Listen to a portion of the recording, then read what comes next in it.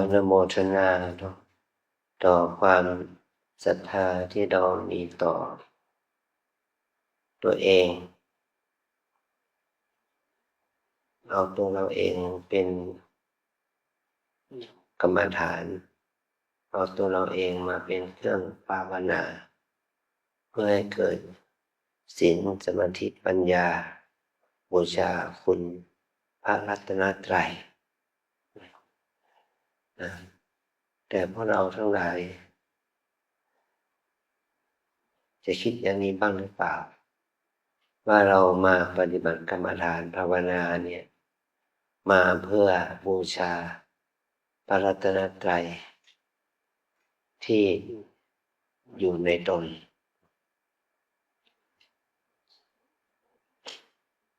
โยคีบางคนก็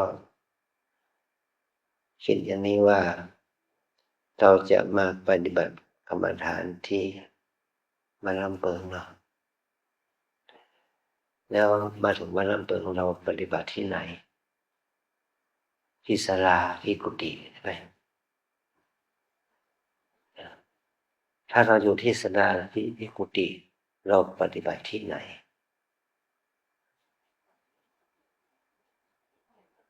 เมื่อเราอยู่ที่ศาลาที่กุฏิแล้วเราปฏิบัติที่ไหนฮะลองตอบดิปฏิบัติที่ตัวเรานะปฏิบัติที่กายที่ใจปฏิบัติก็หมายถึงว่าให้มีสติอยู่กับกายกับใจนะไม่ได้มีสติอยู่กับกุฏิศาลาไม่ได้มีสติอยู่กับวัดนะไม่ใช่มีสติอยู่กับอาคารสถานที่แต่ฝึกให้เรามีสติอยู่กับกายกับใจนะนี่แหละกายใจนี่แหละเป็นสิ่งที่เราจะต้องเอามาฝึกให้เกิดสติเกิดสมาธิเกิดปัญญาสติสมาธิปัญญานี่แหละเขาเรียกว่าพระธรรมตัวเราเนี่ยคือพระธรรมตัวเราเนี่ยคือธรรมะแต่ถ้าเราไม่ได้มาฝึกมาเลยมันก็ไม่เป็นพระธรรมนะ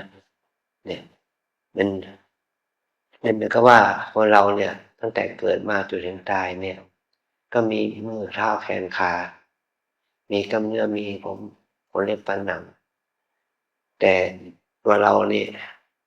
ไม่ใช่นักกีฬาไม่ใช่นักกีฬาเนาะแต่คนเหล่านั้นเอากายเอาใจเอากายของตัวเองฝึกเพื่อให้เกิดทักษะเป็นนักวิ่งนักมวยนักอะไรก็ตามเลยนะเป็นนักกีฬานะแล้วก็นั่นแหละทักษะมันกำเนิดในหนังบางสังก็เป็นไปว่าความแข็งแกร่งก็เรียกว่าเป็นนักกีฬานี่เราก็เหมือนกันเรามาปฏิบัติเนี่ยเนื้อหนังบางสังเนื้อกายใจเนี่ยมีสติมีสมาธิปัญญาดีขึ้นเราเรียกว่านักปฏิบัติเป็นนักปฏิบัตินะเนี่ยขอให้เราได้รู้ว่านักปฏิบัติคือปฏิบัติอะไรเราก็คือฝึกกายฝึกใจของตนให้มีสติให้มีสมาธิให้มีปัญญาให้มีความศรัทธาในตัวเองสามารถที่จะพูดได้อย่างเต็มปากว่าเราเอาตัวเราเป็นเนื้อนาบุญของเราได้เราเอาตัวเราเป็นที่ตั้งของบุญกุศลได้อย่างนี้นะในวันแรกเราก็มาถึงก็แม่ชีก็แนะนำสถานที่ให้เราทุกพักเราจะได้ทำกิจกรรมน้อยใหญ่ที่ถูกว่าเราจะกินข้าวที่ไหนล้างถ้วยล้างจานที่ไหนสอบอารมณ์ที่ไหนฟังเทศน์ฟังธรรมที่ไหนปวดเบาจะเข้าห้องน้ำที่ไหนแม่ชีท่านก็สาธิตไปหมดแล้วนะบอกกล่าวมาแล้วขั้นที่สองเลยเราก็มารับการสาธิตการเดินการกราบการเดินการนั่งเนี่ยการกราบการเดินการนั่งเนี่ยฝึกให้เรารู้จักการมีสติอยู่กับการกราบการเดินการนั่งเนี่ย เรียกว่าฝึกกรรมฐานฝึกกรรมฐานฝึกให้เรามีสติสัมปชัญญะมีความเพียรความอดทนพอเรามาอยู่ใหม่ๆเนี่ยมันก็มานั่งพับเพียรอันนี้มันก็ปวดเจ็บชาเด็ดได้ง่ายเนาะเนี่ยเราต้องต่อสู้ยอมรับความเป็นจริงกับกายนี้ว่ากายเนี่ยมีเวทนาเป็นผลมีความทุกข์เป็นผลเนี่ยและจิตใจเราเองก็ไม่นิ่งสัดสายฟุ้งซ่านคิดนึกฟุ้งซ่านไปทางอดีตอนาคตอันนี้เป็นธรรมชาติของคนที่ไม่ได้ฝึกนะเราต้องมาฝึกเพื่อให้เกิดสติให้เกิดวิริยะให้เกิดสมาธิให้เกิดความรู้และเข้าใจความเป็นจริงของกายใจเรานี่แหละเป็นการเรียกว่าฝึกกรรมฐานกรรมะไม่ว่าการกระทำฐานะแปลว่าที่ตั้งการกระทำเพื่อให้เกิดสมาธิเพื่อให้เกิดสติเพื่อให้เกิดความเพียรเพื่อให้เกิดปัญญานะสรุปแล้วก็เป็นการฝึกตัวเองเนาะฝึกตัวเองนี่นะเพราะว่าเราเรียกฝึกการฝึกนี่เราเรียกว่าฝึกวิปัสสนากรรมฐานเป็นการฝึกเพื่อให้เราเข้าใจเพื่อให้เรารู้ถึงความจริงของชีวิตเมื่อเรารู้ความจริงของชีวิตว่าชีวิตนี้ที่เราเรียกว่ากายใจที่เราเรียกว่าชายหญิงเนี่ยนี่แหละที่แท้จริงคือตัวธรรมะที่เรียกว่าชายหญิงที่แท้จริงคือตัวธรรมะถ้าธรรมะถ้าเราได้ฝึกทำให้มันเกิดคุณภาพขึ้นมา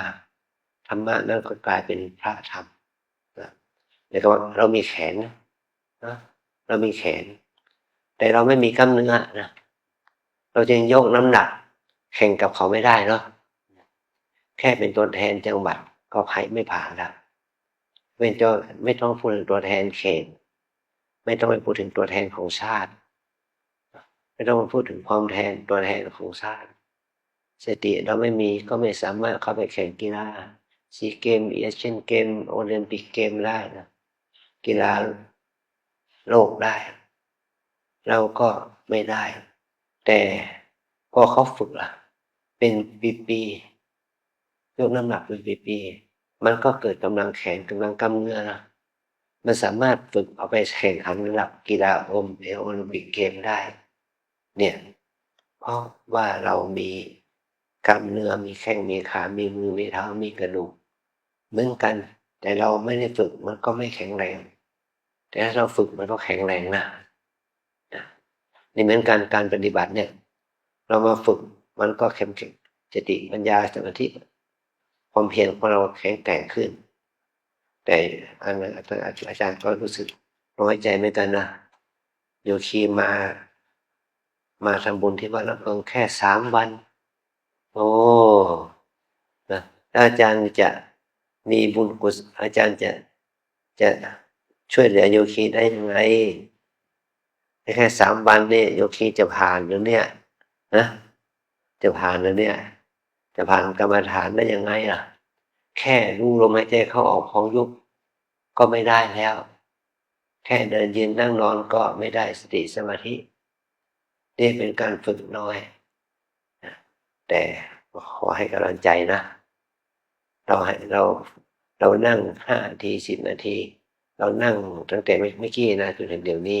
มันก็เป็นบุญนะมันก็เป็นบุญถ้าเราฝึกเราจากที่เรานั่งไม่ได้เราก็นั่งได้15 นาที20 นาทีไปจากที่นั่งได้15 นาที20 นาทีก็นั่งเพิ่ม30 นาทีได้นี่เป็นการฝึกให้เราอดทนให้เรามีสติมีสมาธิมีความเพียรก็จะทำให้เกิดคุณภาพชีวิตที่ดีขึ้นนะนี่เป็นการฝึกภาวนาถ้าเราฝึกน้อยมันก็ได้ประโยชน์น้อยฝึกมากก็ได้ประโยชน์มากฝึกตลอดชีวิตมันก็ได้ประโยชน์ทั้งชีวิตนะถ้าฝึก2-3 วันมันก็ได้ประโยชน์แค่2-3 วันเท่านั้นมันเหมือนกับว่าเราไปรับจ้างทำงาน3 วันเขาก็ให้ค่าจ้างเรา3 วันถ้าเราไม่มีทักษะไม่มีแรงงานที่มีฝีมือ ค่าจ้างก็น้อย200 300 400นะถ้าเรามีทักษะเป็นงานเป็นช่างเป็นอะไรอย่างนี้นะเขาก็ให้รางวัล500 700ไปตามเหตุเนี่ยชั้นใดนะเรามาปฏิบัติธรรมก็เหมือนกันเราเป็นผู้ใหม่ยังไม่รู้อะไรเลยมาวัดครั้งแรกมาเดินมานั่งครั้งนี้ครั้งแรกมันก็ได้ผลตอบแทนน้อยเพราะสติสมาธิเราไม่ได้ฝึกมาก่อนสติสมาธิความเพียรมันก็ไม่ได้ฝึกแต่ถ้าเรามาฝึกหลายครั้งหลายคนแล้วแม้ว่า3 วันก็มีค่ามากเพราะว่ามันเป็นการทบกันไปทบกันไปสติสมาธิปัญญามันก็จะดีขึ้นนะเรามีความอดทนมีความเพียรนอกจากนั้นเรามาอยู่ที่นี่เราต้องมาฝึกให้เราเนี่ยมีศีล8เนี่ยคืออะไรก็เป็นศีลพิเศษนะสำหรับโยคีผู้มาปฏิบัติธรรมเนี่ยเว้นจากการฆ่าสัตว์เว้นจากการลักขโมยเว้นจากการประพฤติผิดในการเว้นจากแล้วก็ถือพรหมจรรย์เว้นจากการพูดมุสาส่อจากคำหยาบเพ้อเจ้อเว้นจากการเสพสุรายาเมาแล้วก็เว้นจากการทานอาหารหลังเที่ยงวันถึงเช้าวันใหม่อาหารนี่รวมไปถึงขนมผลไม้เลยนะ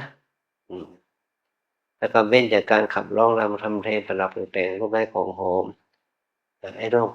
นี่เราต้องเว้นประดับตกแต่งก็แบบไม่ใช่สร้อยไม่ใช่แหวนไม่ใช่ตุ้มหูต้องถอดออกให้หมดนะเพื่อเป็นตัวอย่างแก่พวกชาวต่างชาติที่เขายังไม่เข้าใจเราจะต้องเป็นคนที่เป็นตัวอย่างที่ดีเขามาคนไทยว่าคนไทยไม่มีอะไรติดเนื้อติดตัวนี่ไม่ใช่ว่าไม่ใช่ว่าเราไม่มีแต่เราได้ปฏิบัติตามหลักข้อศีลสร้อยแหวนสร้อยคอสร้อยแข้งสร้อยขาก็ออกให้หมดนะแล้วก็โน่นแล้วก็นี่แหละเป็นข้อศีลข้อวัดของเราเราจะต้องทำตนเป็นตัวอย่างแก่ชาวต่างชาติด้วยเพราะเราอะไรเนี่ยพวกที่เขาก็ชอบเอาสร้อยเอาแหวนเอาใส่มาเอาใส่สร้อยใส่แขนใส่คอเนี่ยมาใส่นุ่งรังที่หมดเพราะเขาคือว่าเป็นของที่ครูบาอาจารย์หรือที่เขาได้ไปฝึกมาแล้วเขาให้มาเป็นของที่ระลึกเป็นของที่เป็นของมีความหมายต่อเขาเนี่ยนะแต่เราก็ต้องฝึกให้เราเองเอาพระพุทธเจ้าเอาพระธรรมพระสงฆ์เป็นที่พึ่งนะไม่ต้องใส่สร้อยคอไม่ต้องใส่พระละไม่ต้องใส่บัตรคำละแล้วก็เอาวางออกเสียเราเอาพระพุทธเจ้าพระธรรมพระสงฆ์เป็นทัศนะที่พึ่งอย่างแท้จริงนะขอให้เราสนใจอย่างนี้เนาะแล้วนี่ก็เรามาฝึกที่เราจะได้เรียนวิปัสสนากรรมฐานวิปัสสนากรรมฐานวิธีฝึกก็คือพัฒนาศีลสมาธิและปัญญาศีลก็คือการสำรวมกายวาจาการเดินการนั่งการกราบการไหว้ก็ให้เรียบร้อยเนี่ยเรียกว่าศีลการพูดการจาก็พูดวาจาให้น้อยไม่จำเป็นก็ไม่พูดมากไม่ต้องไปคุยกันเรื่องบ้านเรื่องเรือนเรื่องการเรื่องงานเรื่องธุรกิจการงานการเงินอะไรนั่นแหละให้เรางดพูดเนี่ยศีลนะให้เรามีพฤติกรรมทางกายวาจาที่ดีการเดินการนั่งของเราก็เดินนั่งอย่างใส่ใจของเราเดินช้าๆกราบเดินนั่งก็ทำให้มีสติในการกราบเดินนั่งช้าๆอันนี้ขอเรียกว่าศีลนะข้อศีลอันที่สองคือสมาธิฝึกทำให้เรามีสมาธิต้องฝึก3อย่างฝึกให้เรามีต้องใช้ความเพียรต้องใช้วิริยะต้องใช้ความเพียรในการเดินในการนั่งต่อเนื่องกันไงหน้าสาวมีสติ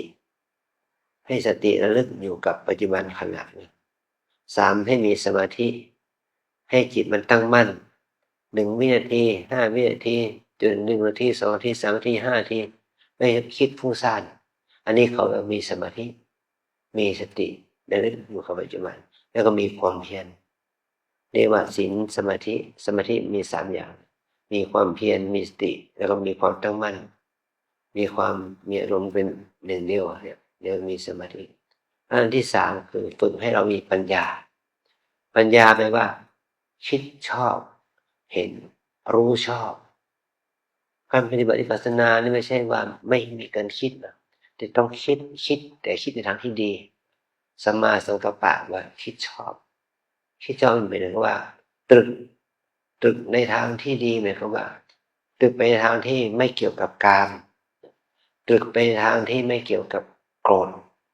ตรึกไปในทางที่ไม่เกี่ยวกับความเบียดเบียนมีการคิดตรึกไปทางที่จะออกจากกามและก็ไม่โกรธเกลียดพยาบาทชิงชังไม่เกี่ยวกับการคิดที่จะเบียดเบียนทุษร้าย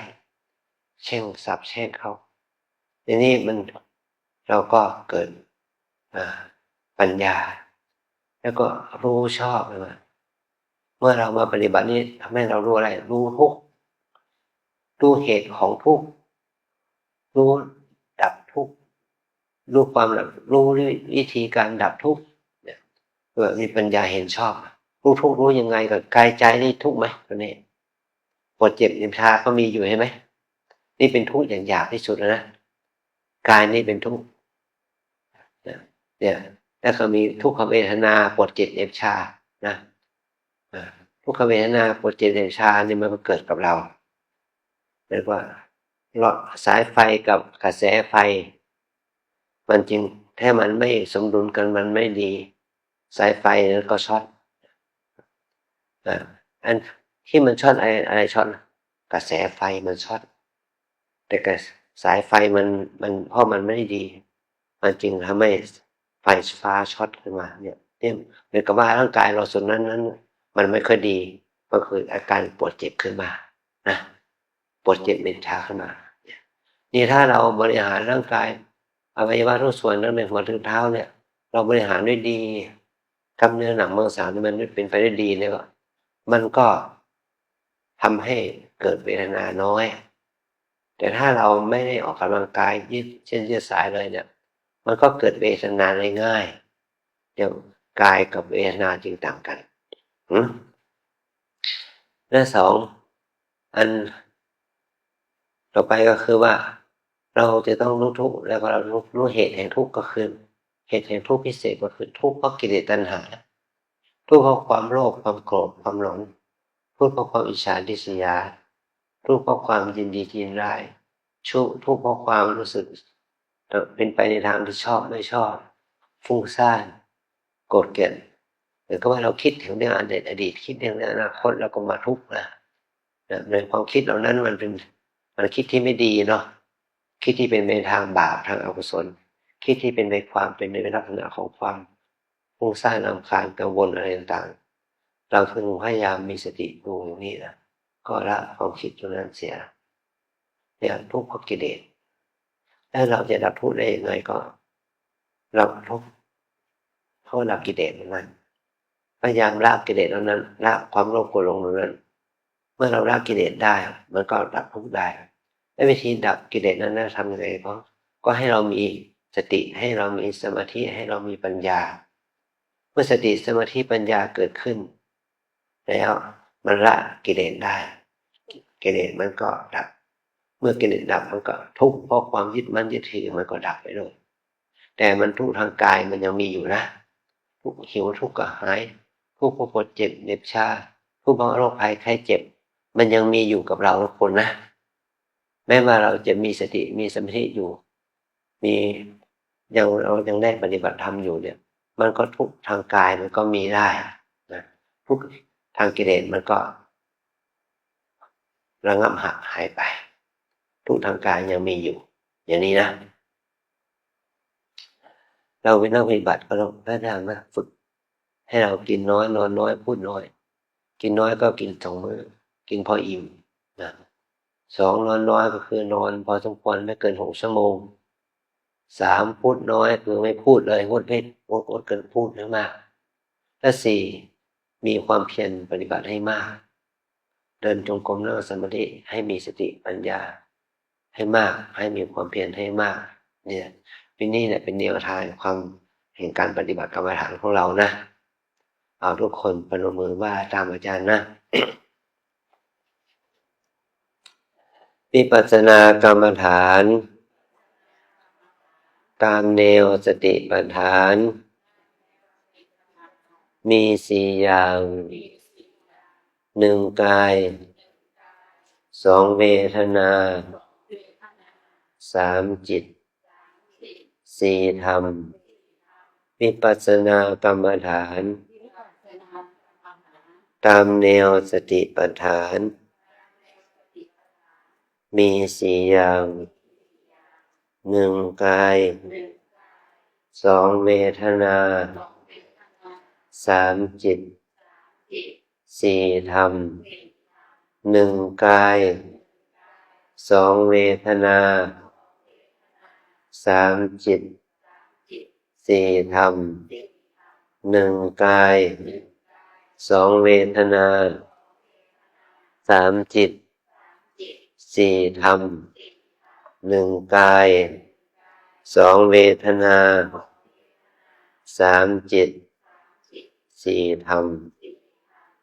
มีกี่อย่างนะ1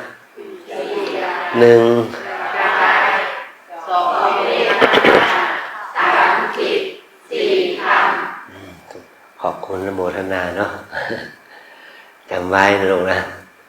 มา3วันก็จำให้ได้นะมา5วัน7วัน1เดือนก็จำให้ได้นะให้เรามีสติอยู่กับกายตั้งแต่มีชีท่านสั่งสอนอาทิตย์ไหนการกราบอัญชลีบรรทาภิวาทเรากราบน้อมนึกถึงพระพุทธเจ้าบริกรรมในใจว่าพุทโธเมนาโถพุทธเจ้าเป็นที่พึ่งของเราอัญชลีบรรทาภิวาทกับพระธรรมโมเมนาโถพระธรรมเป็นที่พึ่งของเราอัญชลีบรรทาภิวาทกับพระเราบริกรรมในใจว่าสังโฆเมนาโถพระสงฆ์เป็นที่พึ่งของเรากราบ3ครั้งกราบอย่างนี้ไม่พลาดแน่ไม่เกิน4ครั้งเพราะว่าเราบริกรรมในใจนะ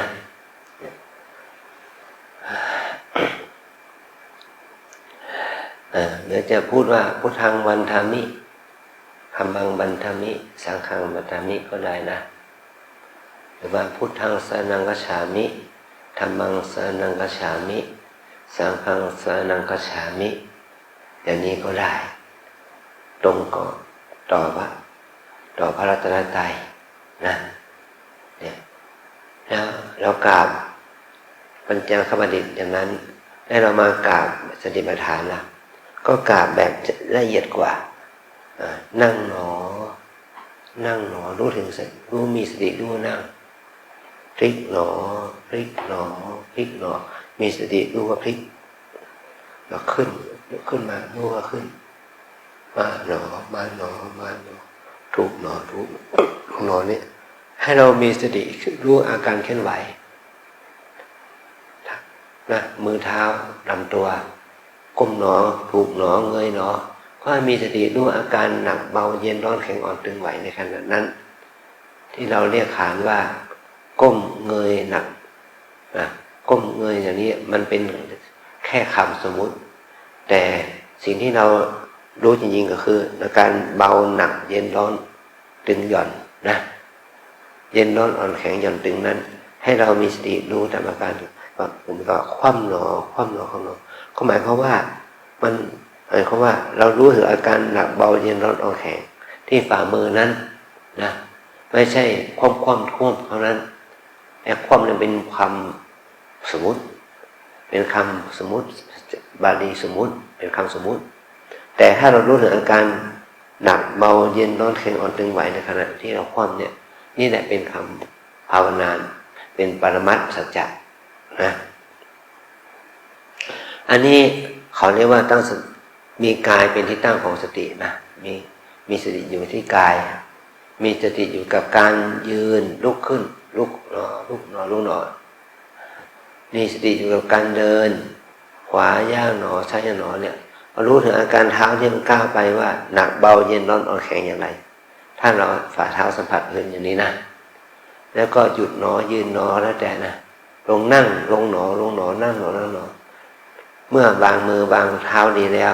เราจะต้องตั้งสติอยู่กับการหายใจเข้าออกการหายใจเข้าลึกๆยาวๆรู้ถึงอาการของท้องพองท้องยุบเนี่ยรู้ถึงอาการพองยุบรู้ถึงอาการหย่อนตึงหย่อนเนี่ยมันก็เป็นอาการของกายเป็นอาการของการรู้กายและเมื่อเรามีสติรู้อยู่กับกายอย่างนี้จิตมันจะไม่เกิดกิเลสมันจะไม่เกิดความฟุ้งซ่านนะเมื่อมันอยู่ที่เมื่อจิตเมื่อสติอยู่ที่กายอยู่กับกายอยู่นี้อยู่ไปนะสัก5 นาที10 นาทีเท้าตัวเราเริ่มปวดชาเหน็บถ้าเราไม่สามารถที่จะกำหนดพองยุบได้แล้วเราก็เลื่อนจากฐานกายมาสู่ฐานเวทนาปวดหนอเจ็บหนอชาหนอเมื่อยหนอทุกหนอนะปวดเจ็บเจ็บชาไม่ทุกเนี่ยมันเป็นเวทนาเวทนาเป็นว่าความรู้สึกทางจิตทางใจก็หงุดหงิดโกรธเกลียดชอบไม่ชอบยินดียินร้ายหัวเราะร้องไห้นั่นแหละมันจะเกิดนะถ้าเราคิดถึงเรื่องที่เราทุกข์อกทุกข์ใจก็ถึงกับร้องโหยร้องไห้นะความเศร้าความเสียใจความดีใจมันก็เกิดอันนี้เขาเรียกว่าเวทนานะแล้วก็อันที่3บางทีเรานั่งอยู่เนี่ยใจเราคิดฟุ้งซ่านคิดถึงเรื่องอดีตคิดถึงเรื่องอนาคตคิดถึงเรื่องที่ดีได้ไม่ดีนะหดหู่ใจฟุ้งซ่านเนี่ยเราจะมีกำหนดว่าฟุ้งซ่านหนอฟุ้งซ่านหนอหดหู่หนอหดหู่หนอขณะที่หูฟุ้งซ่านไปนั้นมันก็หูฟุ้งซ่านไปกับอารมณ์ที่เป็นความโลภบ้างความโกรธบ้างความหลงบ้างก่อนเราจิตมีราคะก็รู้จิตมีโทสะก็รู้จิตมีโมหะก็รู้ให้รู้ตามเป็นจริงนี่เรียกว่าเป็นการกำหนดรู้จิตนะถ้าเรากำหนดได้มันก็กิเลสดับถ้ากำหนด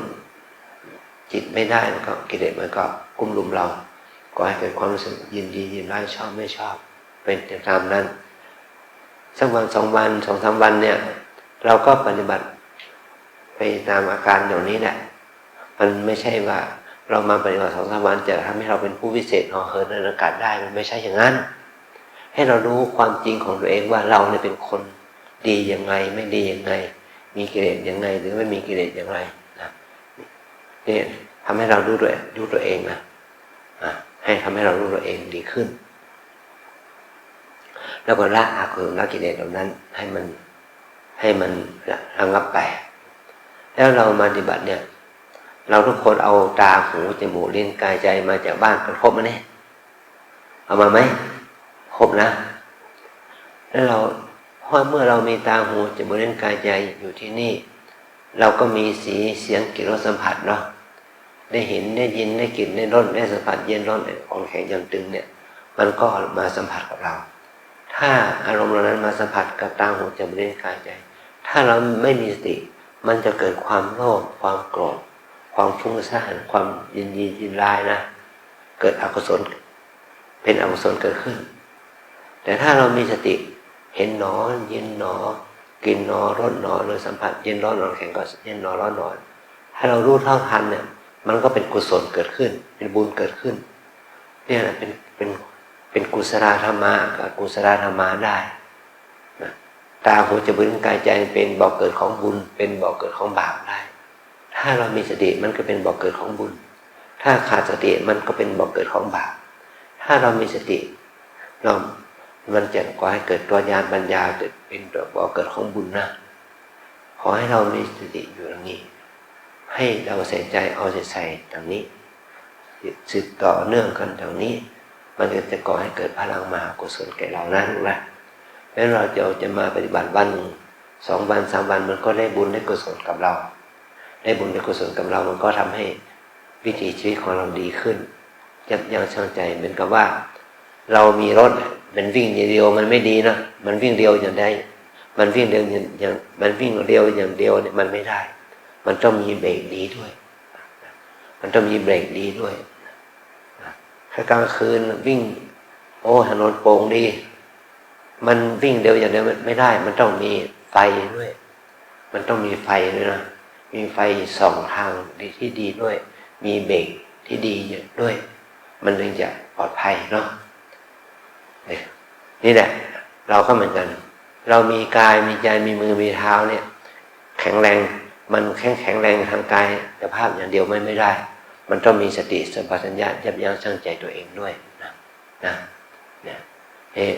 เราอยู่ในสภาพที่มีสติสัมปชัญญะที่ดีมันก็ก่อให้เกิดบุญกุศล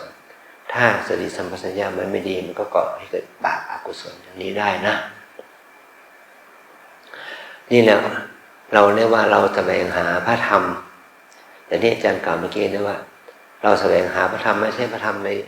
ในบรรลานในหนังสือนะพระธรรมที่อยู่ในตัวเรานะที่ว่าปฏิบัติธรรมที่ไหนนั่นแหละที่พระธรรมเปิงได้5 คะแนนสิมาถึงวัดน้ำเปิงปฏิบัติได้ที่ไหนที่ศาลาโบสถ์วิหารได้10 คะแนนยังไม่ถูกต้องนะมาอยู่ที่ศาลาโบสถ์วิหารนั้นปฏิบัติธรรมที่ไหนที่ใจเรานี่ปฏิบัติที่กายใจเรานี่แหละนะมันจะได้อานิสงส์แก่การภาวนานะไม่ต้องไปดูแลไม่ต้องไปดูคนอื่นเขาไม่ต้องไปมองดูคนอื่นเขาให้มองดูใจตัวเองนะเอาใจใส่ดูแลตัวเองครั้งแล้วครั้งเล่านะให้เราอ่านตัวออกบอกตัวได้ใช้ตัวเป็นรู้จักกิเลสรู้จักบาปอกุศลรู้จักความดีความชั่วจากในใจเราเองนะแม้เราจะไม่อ่านหนังสือธรรมะแต่เราอ่านใจตัวเองได้เนาะเราอ่านใจตัวเองได้นะก็ว่าเราอ่านหนังสือธรรมะเล่มใหญ่แล้วนะพระไตรปิฎกเล่มใหญ่อยู่ที่ตัวเรานะพระธรรมคำสอนของพระพุทธเจ้าอยู่ที่กายใจเรานี่แหละถ้าเราเมื่อเรามีสติสัมปชัญญะมันจะคอยเกิดบุญกุศลกับเราต่อไปแค่นี้